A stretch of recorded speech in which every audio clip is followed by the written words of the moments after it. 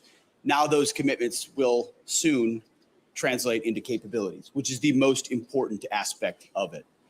And one part of that, of course, is Pearl, is the initiative where European countries buy U.S. weapons, transfer to NATO for the fight in Ukraine to bring peace to that conflict. And if there's anything we've learned under President Trump, is the active application of peace through strength. You get peace when you are strong, not when you use strong words or wag your finger. You get it when you have strong and real capabilities that adversaries respect. And I believe that's what NATO is doing. I believe that's what the Pearl Initiative is. So our expectation today is that more countries donate even more, that they purchase even more to provide for Ukraine to bring that conflict to a peaceful conclusion. I would also note a historic moment as well for a lot of things to happen, given what the president's been able to do in Gaza and throughout the Middle East. I think the world is seeing that we have a peace president who seeks that peace through standing by those that stand with the United States and stand for peace, which is what we saw there, and I hope we can see in Ukraine. So that's the focus of our efforts. We're going to be strong. Gaurav strong करते रहो, पर सच्चाई ये है दोस्तों कि इसमें कहीं कोई दम नहीं है। ये भाई लोग गप पे गप मारे जा रहे हैं और एमी बेवकूफ बना रहे हैं। The reports that the Khamenei's son-in-law and daughter-in-law are dead. यार उनका एक तो डिफेंस मिनिस्टर का तो उनका तय हो गया था हर्ष, बाकी तो अभी ये जो आप देखिए रूमर मॉन्गरिंग इस तरह के कॉन्फ्लिक्ट में खूब चलती है, जैसा कि आप पाकिस्तान और अफगानिस्तान वाले केस में भी देख रहे हैं कि रूमर मॉन्गरिंग जम के चलती है। और एआई का जमाना है, तरह तरह की वीडियोस बनेंगे, सब कुछ होगा, किसने कितना बढ़िया प्रॉम्प्ट लिख दिया तो कितना बढ़िया वीडियो बन के आ गया। ये सारे गेम चलते रहेंगे और ठीक है, जायज है, आजकल सब चलता है, क्या किया जाए। मगर इसके माने ये नहीं है कि हम आंख मूंद के हर चीज पे यकीन कर लें। आप अगर गौर से देखेंगे तो एक्चुअली एआई जनरेटेड जो चीजें होती हैं उनका अंदाजा आपको लिप मूवमेंट देखकर पता लग जाता है, ऐसा नहीं है कि पता नहीं लगता है, बट ये सारा खेल है। आइए, मैं चाहता ये हूं कि मैं इसमें आपको कोई और जैसे कि मैंने कहा जो हॉर्मोज है, स्ट्रेट ऑफ हॉर्मोज, वो ऑलरेडी बंद हो चुका है। जो आईआरजीसी है उसने फॉर्मली अनाउंस कर दिया है उसके बंद होने का। मेरे पास ये भी खबर है कि जो ये जिहादी एलिमेंट है मिडिल ईस्ट में, हाउदीज वाले, हिजबुल्लाह ने बल्कि ये कहा है कि अगर हमको हमारे ऊपर जबरदस्ती जो प्रेसिडेंट खमेनी है ईरान के, उन पे हमला नहीं किया जाता है। साथ ही उन्होंने ये कहा है कि ये वॉर अपना ठीक है, इनको जो कर लिया जल्दी से खत्म करके निकल जाए ईरान से तो ठीक है, वरना भाई अगर ये प्रेसिडेंट के पीछे गए यानी कि खमेनी के पीछे गए तो फिर हम इनको ठोकेंगे। ये बात हिजबुल्लाह ने ऑलरेडी कह दी है। अब सवाल ये है कि कौन सुनेगा हिजबुल्लाह की, इजराइल तो सुनने वाला है नहीं। मगर ये सब कुछ इस पर डिपेंड करेगा कि इनको कितना चांस नजर आ रहा है रिजीम चेंज का, क्योंकि सरकार अगर इनकी बन जाती है, बंदा वो इनका आ जाता है जो वहां आ जाता है, तो इनकी जिंदगी बन जाएगी, फिर ये चुपचाप वहां से निकल लेंगे। लेकिन तब तक जो खतरा लिया गया है ये बड़ा है, मैं आपको ईमानदारी से बताऊं, ये खतरा बहुत बड़ा है और इसकी जो परिणाम है वो बड़े कड़वे हो सकते हैं लोगों के लिए जिन्होंने हमला लिया है अपने सर पे। अब देखिए क्या निकलता है। मैं जस्ट एक कोशिश करता हूँ कि आपके लिए कुछ और निकालूं और फिर हम आपके ये जो मैंने आपको बाय द वे बताया है सऊदी अरब वाला किस्सा, सऊदी अरब वाला जो किस्सा है ये बड़े कमाल का है, जिसका मैंने अभी रिकॉर्ड भी दिखाया आपको।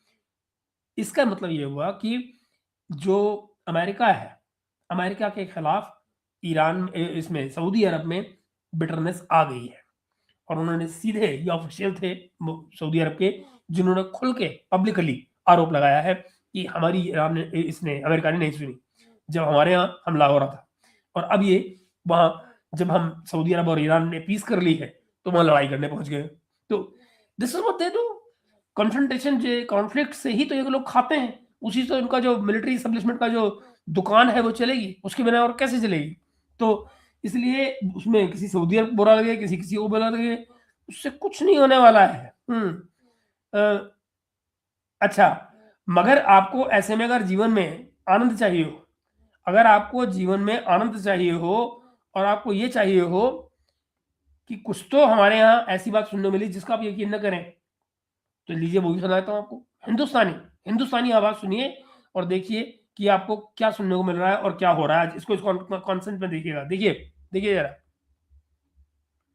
किसी को पता नहीं कि तुरंत सरेंडर की बात करने वाले ट्रंप ने 2 सप्ताह का समय क्यों लिया।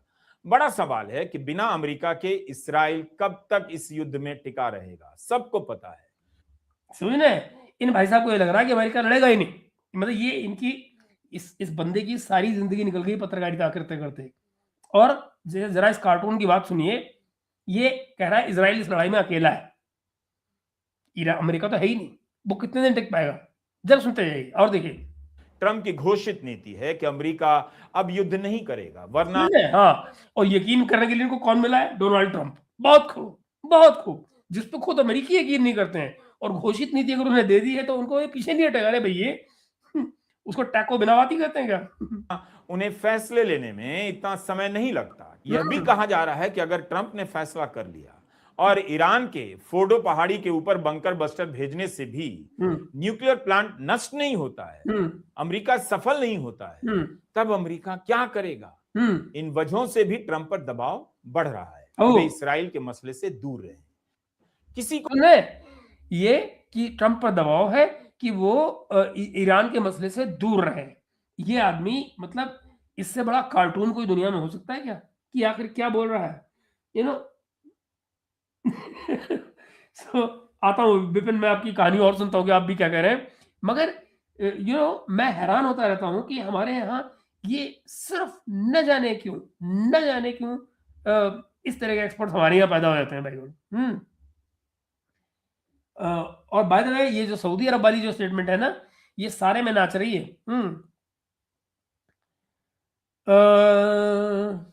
ओके, इस बीच में जो उन्होंने जो खमेनी साहब है, उन्होंने ये कह दिया है। ओके, लीजिए फॉक्स न्यूज में भी कुछ बातें आ गई हैं। फॉक्स न्यूज वालों को भी सुन लीजिए जरा, आप भी क्या याद करेंगे कि मैं आपको क्या चीज सुना रहा हूं आज। देखिए जरा फॉक्स न्यूज क्या कह रहा है ट्रंप के लिए। ओके, वो कह रहे हैं कि जरा बेहतर केस बनाना चाहिए इनको लड़ाई के लिए। ये लो देखो। Rachel Campos Duffy is asking President Donald Trump to do the impossible, to explain how going to war with Iran would benefit the United States. It wouldn't. There's no way in which it would benefit the United States. Iran's ballistic missiles are not capable of reaching the US. The only country that has a vested interest in regime change war in Iran, of course, is Israel. Yeah. Trump knows that, which is why he keeps waffling on this issue, and we have no idea what he will ultimately decide. We do know that Benjamin Netanyahu, the prime minister of Israel, has met with him seven separate times in Trump's first year in office during his second term, obviously. But look, since the president has done a poor job expressing to the United States, to the American people, how this war would benefit us in any way, shape, or form, maybe we can turn to a Democratic senator. Let's hear from John Fetterman, who appears to now live at the Fox News studios. Take a look. If they have 900 pounds of near weapons grade uranium, why wouldn't you strike that? Why wouldn't you hold them accountable that way? And now here we are again. And now we've demonstrated that's the only thing Iran ever responds to is strength and power and hit them. And if they want to hit them again, because I don't think you can't really trust and negotiate with them. You can't negotiate with cancer. You have to attack it and go right at it. जरा सोचिए, negotiation करने वाले कह रहे हैं कि you can not negotiate with cancer. तो जब आप मानकर चल रहे हैं तो नेगोशिएशन का ड्रामा क्यों? Superior force. So John Fetterman just says, hey, you know what? Just go to war. Who cares?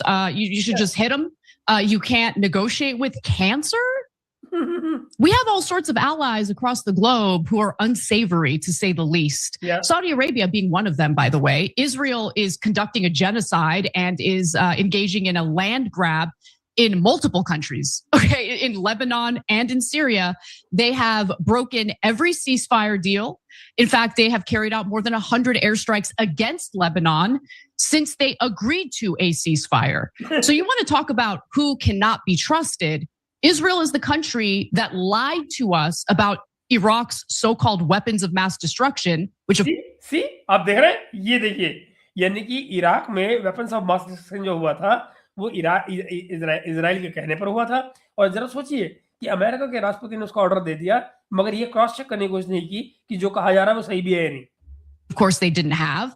That's what convinced the American people that we needed to go to war with Iraq in 2003. It's just amazing to me, Cenk, that we find ourselves in the same place we were in 2002, 2003. And luckily, this time around, a lot of Americans aren't falling for it. The fact that Rachel Campos Duffy was able to say what she said on the Fox News channel is kind of a big deal when you think about it. But I'm curious what you think. Rachel Campos. So, ये है मित्रों हालात। आपको इससे अंदाजा लग जाना चाहिए कि खुद अमेरिका के अंदर भी इवन जब फॉक्स टीवी पर इस तरह की आवाजें उठने लग जाए तो आप समझ सकते हैं कि क्या हो रहा होगा। मित्रों, मैं अब आपके क्या करता हूं, मैं आपके कमेंट्स ले लेता हूं क्योंकि इस समय पे 1 बजने वाला है रात का, तो फिर नहीं तो बहुत लेट हो जाएगा। तो आइए मैं आपके कमेंट्स ले लेता हूं। ओके, ये देखिए शशांक कह रहे हैं कि आई थिंक, अच्छा ये मैंने आपसे पूछा भी था कि आप क्या कह रहे हैं इसके, आपने मुझे पता नहीं शशांक ने पूछा या खाली सवाल पूछ के चले गए। नहीं, शशांक का सवाल नहीं है, इसका मतलब शशांक खाली सवाल लिख के चले गए। बहुत बढ़िया। यही यूके वालों के पास और कोई चारा भी क्या है? मतलब अभी ऐसी बात क्या है अभी, मतलब इसमें चारा और बिना चारा क्या है? मतलब आपको लड़ाई लड़नी क्या जरूरी है भाई? ओके, ये वर्ल्ड वॉर 3 कब शुरुआत है? नहीं यार, ऐसा कुछ तो मैं नहीं मानता अभी मुझे नहीं लगता कि वर्ल्ड वॉर होएगा। उससे पहले जो गल्फ की कंट्रीज हैं जिनके ऊपर अभी ईरान हमला कर रहा है, मुझे लगता है वही अमेरिका को राजी करेंगे, और अमेरिका को भी कोई इसमें सेफ एग्जिट तो लेना होगा अपने आप को। देखिए इसमें कोई दो राय नहीं, मिलिटरीली ये तगड़े हैं, मिसाइल बहुत मारते रहेंगे, जहाज उनके आते रहेंगे, चलेगा। मगर ये देखिए कि इनका अगर कुछ हो गया, इनको अगर कुछ नुकसान हो गया, कोई एक आधा वॉरशिप डूब गया इनका, तो बहुत ज्यादा भद्द हो जाएगी, क्योंकि ये सबको पता है मिलिटरीली ये लोग ईरान से हारने वाले मिलिटरीली नहीं है, वो नहीं होगा। मगर हाँ, इनको नुकसान बड़ा हो सकता है, इनके एसेट्स को भी। महेश्वर, ये क्या है महेश्वर जुनेद भाई सेफ है ना? बस इतना, बिल्कुल जुनेद भाई बिल्कुल सेफ है। इनफैक्ट जब दोपहर को पहला मिसाइल वहां गिरा था या ड्रोन गिरा था, जो एयरपोर्ट पे गिरा था, दाफरा शायद है उसका नाम यूएई में, तब मैं उनसे फोन पर बात ही कर रहा था जुनेद भाई से, और बल्कि मैंने उनको ये भी कहा था कि वो अपने घर पे बात कर ले एक बार। तब तक उन्होंने बात की नहीं थी, आई होप उन्होंने दिन में शाम को कर ली होगी, बट वो बिल्कुल सेफ है, और बस ईश्वर की कृपा है, सब भगवान ने चाहा तो ये टाइम भी निकल ही जाएगा, कोई दिक्कत नहीं। थैंक यू रोहित भाई, आपने पूछा जुनेद भाई के लिए। कितनी आश्चर्य की बात है कि अभी यूके में लिबरल और यूएसए में कंजर्वेटिव गवर्नमेंट है, लेकिन जब मामला डेस्परेट की इंटरेस्ट की हो तो सब एक साथ, बिल्कुल बिल्कुल अभी ऐसे ही होता है। This is how they operate. ये सब कुछ जो ऑपरेशन चलते हैं वो ऐसे ही चलते हैं, उसका पार्टी पॉलिटिक्स से कोई लेना देना नहीं होता। मुझे लगता है कि फ्यूचर में ये भारत के साथ भी यही करेंगे, बिल्कुल करेंगे, नेचर में है। अगर हम उनकी बात नहीं माने तो शायद हमारा न्यूक्लियर वेपन हमें बचा ले, नहीं पर हम के गेम में फंसेंगे क्यों? अभी भी जो आईमैक की मैं बात कर रहा था 2 दिन पहले, तो अगर आप उस प्रोग्राम को दोबारा देखेंगे, मैं आपको यही बता रहा हूं उसमें कि 3 रास्ते निकाले गए हैं, इसीलिए कि किसी भी एक आदमी पर डिपेंडेंसी बनानी ही नहीं चाहिए। आज की तारीख में जो डिप्लोमेसी हो रही है उसमें ये बात सबसे आगे नाक के नीचे रखकर बात की जानी चाहिए कि भाई डिपेंडेंसी नो नो नो, नियत, आंख मूंद के नियत, इससे ज्यादा कुछ नहीं। क्योंकि दोस्तों क्या होता है, आप पॉलिसी बनाते हैं ना, वो बनाते हैं कैपेसिटी के अगेंस्ट, इंटेंट के खिलाफ नहीं। इंटेंट तो कभी बदल जाती है, कोई आदमी कितना ही आपका भला हो आज, कल तो नहीं रहेगा आपके लिए भला, फिर आप क्या करेंगे? तो उसको उसमें बुरा करने की क्या कैपेसिटी है, आप उसके हिसाब से अपनी स्ट्रेंथ को डेवलप करते हैं कि कल को ये मेरा वर्स्ट की सिनेरियो में भी बिगाड़ ना कुछ पाए। This is how it works. नमस्ते चिराग भाई, नमस्ते अदिति बेटा, नमस्ते। और ओके, अभी आ गया है फ्रांस का क्या रोल है इसमें, वो भी ज्वाइन करेगा? बिल्कुल नहीं करेगा, मुझे नहीं लगता कि फ्रांस करेगा। अमेरिका के इन चक्करों में फ्रांस नहीं आता। फ्रांस अकेला देश है यूरोप में जो अमेरिका के खिलाफत कर जाता है, बाकी किसी में दम नहीं है। आपका क्या अनुमान है? मुझे नहीं लगता, मैंने आपको बताया अभी, मुझे बिल्कुल नहीं लगता कि फ्रांस इसमें आएगा। फ्रांस के करने के लिए और बहुत कुछ पड़ा हुआ है। के बंकर की वीडियो में आपने वीडियो देखे जो मैंने भेजे, आपने अगर मेल किए हैं तो मैं उनको देख लूंगा आज या अर्ली मॉर्निंग में, और फिर हम उसमें बात कर लेंगे। अभी तो आपने देखा ना चिराग की क्या बुरा हाल है इस समय तो। सर अगर क्रूड ऑयल 100 के पार हो जाता है तो क्या इंडिया भी अपना क्रूड माइन करेगा? मतलब माइन करेगा क्रूड? हर्ष क्या कहना चाह रहे हो? मुझे सीरियसली ये लगता है कि हो सकता है कि भारत अपना जो स्ट्रेटेजिक रिजर्व है कुछ एक बाहर निकाले प्राइसेस को कंट्रोल करने के लिए, क्योंकि हमारे लिए प्राइसेस को कंट्रोल करना इस समय पर बहुत जरूरी होगा, तो मुझे लगता है कि हम जल्दी से निकालेंगे। लेकिन ये भी संभव है कि हम रशिया से कुछ बात करें, ऐसा कुछ करें कि जिससे हमको तेल आता रहे। वो बहुत ज़रूरी होगा मुझे लगता है, क्योंकि एनर्जी क्राइसिस जो है वो उससे भारत को बचना होगा किसी भी हालत में।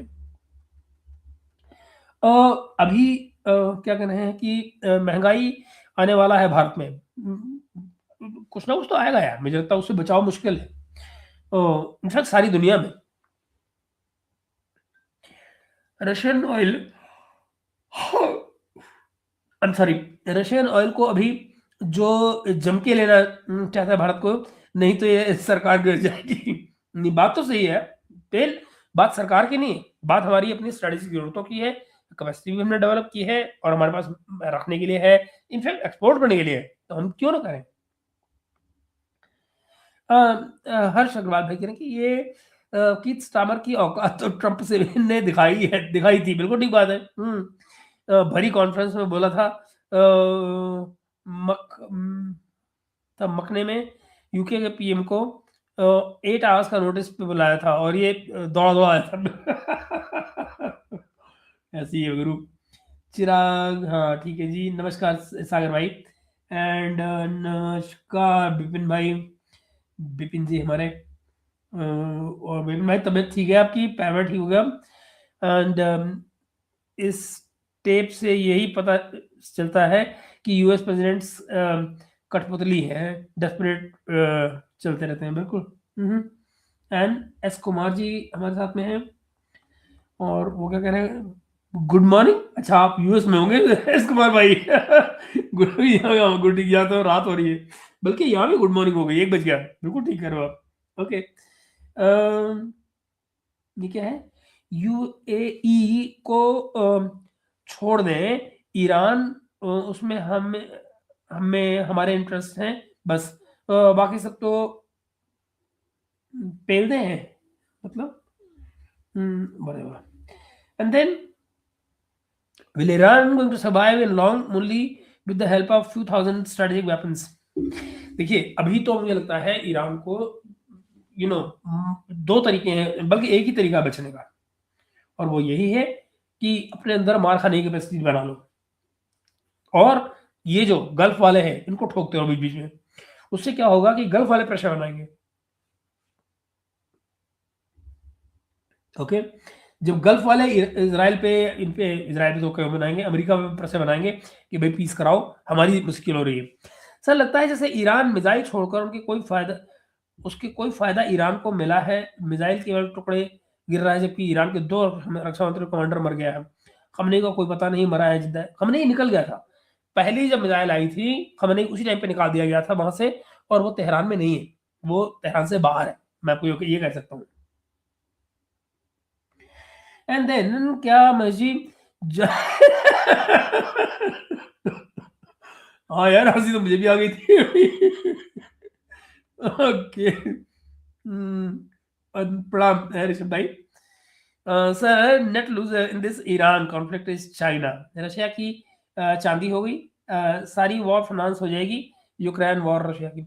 यार हर्ष ये भी आप देखिए एक और बड़ा फायदा हुआ है इससे, और वो ये कि वो रशिया जो इस समय नीचे लग गया था चाइना के, और चाइना जो है was playing big brother to Russia, वो सडनली अब चेंज हो गया है इस सारे खेल में कि एक तरफ वेनेजुएला, दूसरी तरफ ये चाइना, ये दोनों को काट दिया गया एक तरह से चाइना इससे तेल के लिए। तो उसमें फिर अब चाइना के पास कोई रास्ता बचा नहीं था सिवाय इसके कि वो जो है वो रशिया की तरफ जाए। तो अब चूंकि वो अपनी गरज से रशिया के पास गया है, ज्यादा तेल मांगने के लिए गया है, हमारे यहाँ से अगर कुछ थोड़ा बहुत जो कम हुआ उसकी वजह से, तो अब वो चल गया खेल। लेकिन कितनी देर के लिए ये कोई नहीं जानता है, और ये भी पॉसिबल है कि कहीं रशिया ये कहे कि भाई इतना नहीं दूंगा, मैं थोड़ा कम दूंगा, मैं इंडिया को भी दूंगा। सवाल ये है कि जो ये ट्रांसपोर्टेशन का जो छोटा सा रास्ता बन रहा है ये कैसे होगा रशिया से यहाँ तक का। Bang on Anil Mahesh ji, Iran holds pivotal geostrategical position. Hormuz जी बिल्कुल, Hormuz is the key and it can basically destroy the entire policy of Trump on its own. मैं तो उस दिन से डर रहा हूं विपिन कि कहीं ईरान ने ये तय कर लिया कि मुझे 4 हफ्ते मार खा के जिंदा रहना है।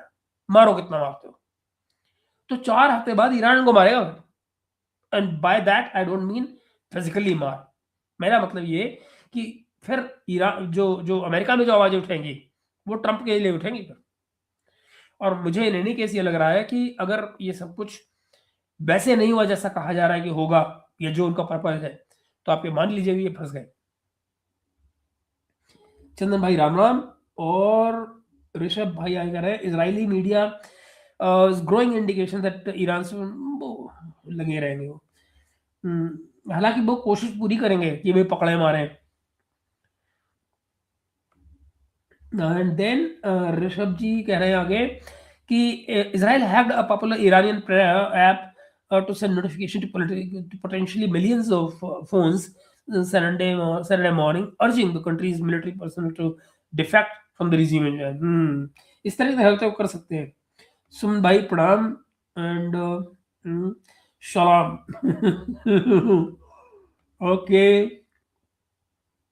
ओके सर, न्यू नेटवर्क मजाक की हो गया न्यू नेटवर्क का। You shoot northern Indian borders for exercises. क्या पड़ोसियों की पिटाई होने वाली है? अभी तो कुछ पता ही लग रहा है यार। एक तो वही नहीं समझ में आ रहा कि वो अफगानिस्तान में क्या चल रहा है इनका, और अब ये नया नोटम छोटम में और आ गया। ऑलराइट, जरा देखें कि अब क्या बचा। कोई कमेंट बचा? हाँ, विपिन भाई कह रहे हैं कुछ। विपिन भाई क्या कह रहे हैं? The goal is systematically constrain Iran's regional reach and economic, absolutely, बिल्कुल ठीक बात है। दादा, इंडिया पाकिस्तान बॉर्डर पर भी हाई अलर्ट साउंड तो यार करना ही चाहिए। इस मौसम में नहीं साउंड करेंगे तो कब करेंगे? मैं तो आपको बता रहा हूँ ना कि अगर सब कुछ नॉर्मल चलता है तो भी अगले 2 महीने से 2.5 महीने के अंदर में, मतलब यूं मानिए कि अप्रैल मई जून 3 महीने हैं, इन 2 से 3 महीनों में I look at something very serious happening to India. ये कोई ना कोई, ये आसिम मुनीर नहीं बैठेगा भाई। आसिम मुनीर ने कुछ ना कुछ करना ही करना है। वो ऑलराइट। मून जी क्या करें? नेतन्याहू का लेटेस्ट स्पीच देखिए, ही इज सेइंग कि may be supreme leader of, हाँ बट मे बी तो है ना, मे बी का क्या है? British planes are in sky. हाँ अरे भाई, मैंने बता दिया था लोगों को, बल्कि दिखा भी दिया उनका क्लिप को। एंड देन मून कह रहे हैं सर क्या ये ऑफिशियल स्टार्टिंग ऑफ, नहीं यार मुझे लगता नहीं कि मून आज की तारीख में वर्ल्ड वॉर जैसी कोई चीज पॉसिबल भी है। लोगों के इंटरेस्ट इतने डाइवर्सिफाई हो गए हैं और इतने इंटरडिपेंडेंट हो गए हैं कि लोग एक दूसरे से जुड़े हुए हैं। मुझे नहीं लगता कि उसमें लड़ाई की गुंजाइश बचती है, क्योंकि सबके मुनाफे फायदे जुड़े हुए हैं। मैं आपसे क्यों कहता हूँ चाइना की लड़ाई नहीं हो सकती इंडिया की? मुझे बताओ, 130 बिलियन का हमारा ट्रेड जो उनसे है, लगभग 130, थोड़ा बहुत नीचे ऊपर। तो उसमें आप ये देखेंगे कि उसमें से 100 बिलियन तो चाइना का ही है। वो 100 बिलियन ऐसे का ऐसा सारे का सारा चाइना को मिल रहा है। यानी हर साल एज ऑफ नाउ हम चाइना को 100 बिलियन यूएस डॉलर दे रहे हैं। हमसे लड़ेगा तो क्या मिलेगा? इसमें से कुछ मिलेगा?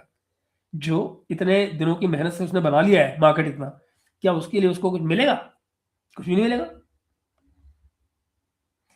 क्यों लड़ाई करेगा एक ऐसी जगह से वो जहां से उसको 100 बिलियन हर साल के मिलते हो? एवं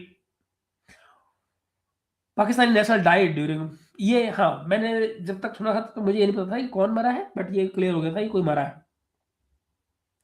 दादा कंवर सिंह कहते हैं कि सऊदी की ऐसी छोटी बात पर पाकिस्तान वो और त्राड़ साहब क्या कहना उनका।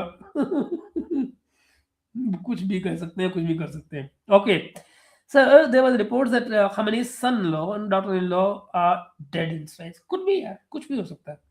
ये तो अब ये सब चलेगा जब तक कि लड़ाई नहीं खत्म होती और पता लगे कि who came out winners. After that explanation, I am not questioning anymore in nodding in agreement like a policy expert.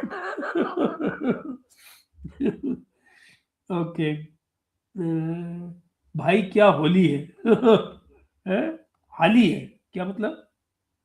भगवान ने आपको याद करते हैं सुमन और चंदन जी को ही। ओके अच्छा, ओके थैंक यू बॉस, याद करना ही चाहिए। Sir ji, mullah regime in Iran somehow survives, then it would be anti India। नहीं, नॉनसेंस है यार, नॉनसेंस है। कैसे होगी एंटी इंडिया बताओ? उनका इंडिया से क्या लेना है, क्यों इंडिया को लेकर परेशान करेंगे?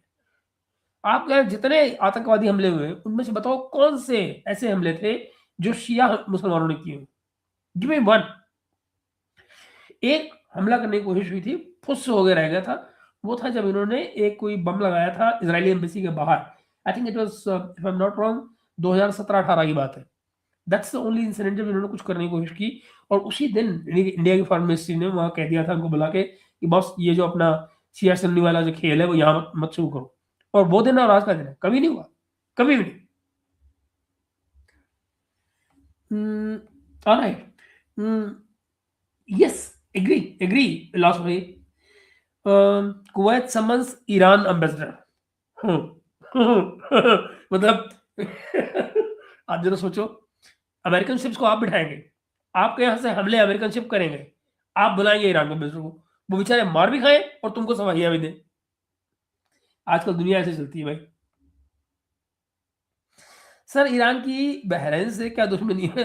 द्रोण पे वहां पे भैया यही है कि वहां बहरीन में इनका 5th फ्लीट खड़ा हुआ है, अमेरिका के 5th फ्लीट का हेडक्वार्टर है वहां पे, तो इसलिए ठोक रहा है वहां, क्योंकि वो 5th फ्लीट से उड़कर ही तो जहाज आए ईरान में। इसराइल ने अपने एयरपोर्ट से उड़ान भरी है, वो इन्होंने यहां से भरी है। दादा एक खुशखबरी आई है, पाकिस्तान की टीम बाहर हो गई।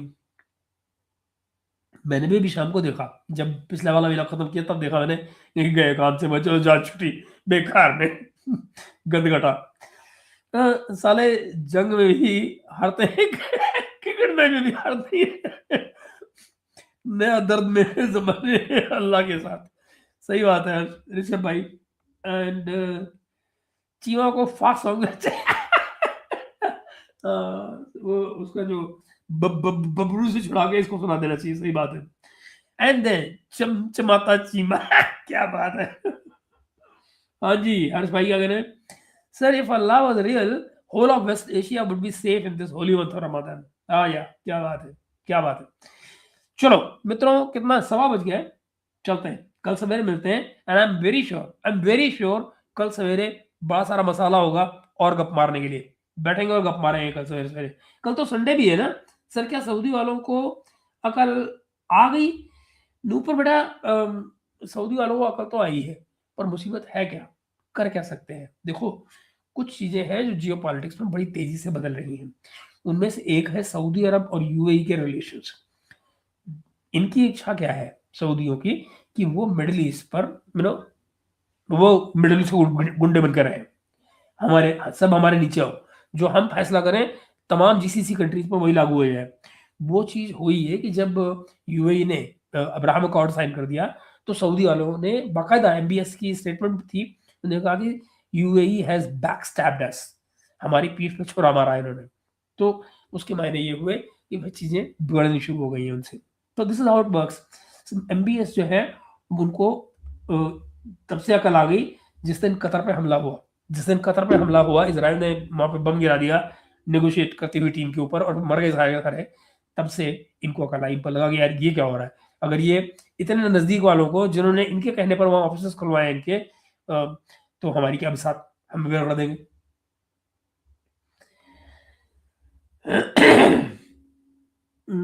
एंड देन ईरान तो सिविलियन बिल्डिंग्स पर ड्रोन कर रहा है बहरीन की, जहां भी जाए क्या फर्क पड़ता है भाई। मेरे एक बात बताओ, ईरान पर जो बमबारी की गई है आज जो हुई है, एक स्कूल में 40 लड़कियां मरी है। 40 स्कूल में बम कौन डालता है यार, कौन डालता है? मगर डाला गया ना, चलता है ऐसी है। आजकल से मैं न्यू पार्टनर लाया अपने साथ में, अपनी पार्टनर लाया है अपनी, समझा करो। रेस्ट में जी विपिन भाई थक गया हूं मैं भी, अभी बस ये लास्ट ही कर रहा हूँ। ये देखो ऋषभ भाई आगे हमारे। ईरान का एफएम कह रहा है अमेरिका हमसे बात करके हम डी एस्केलेशन के लिए तैयार हैं, ये तो हथियार डाल रहे हैं अभी से ईरानी अभी से। क्या नहीं होगा ना अंदर माल दम? अगर नहीं दम होगा तो फिर। वैसे एक बात बताओ ऋषभ, ऐसा कौन सा टाइम था जब ये नेगोशिएट नहीं कर रहे थे? नेगोशिएट तो पिछली लड़ाई से पहले भी कर रहे थे, अभी भी कर रहे हैं। ये तो मानना पड़ेगा ना। इस सारी की सारी लड़ाई में कोई माई का लाल ये नहीं कर सकता है कि ईरान ने किसी पे हमला किया है। ईरान ने पहले आपके बम खाए हैं, फिर वो बदले में मारने आए, पलट के मारने आए। That is how should be understood. पहले वो दुआ आती थी, दुआए जैनब से दुआए जैनब, उसको किसी ने बदुआ दे दी। अरे बाप रे। एंड